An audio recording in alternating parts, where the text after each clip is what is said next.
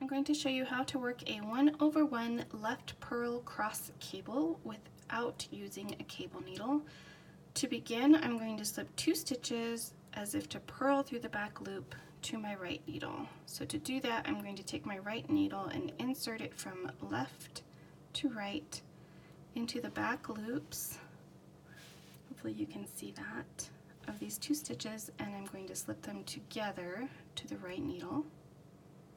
Then I'm going to slip the stitches one at a time back to the left needle, again through the back loop. So take the left needle and insert it from right to left into the back loop and slip them one at a time back to the left needle. Now I can work the stitch. I'm going to purl this stitch and knit this stitch through the back loop.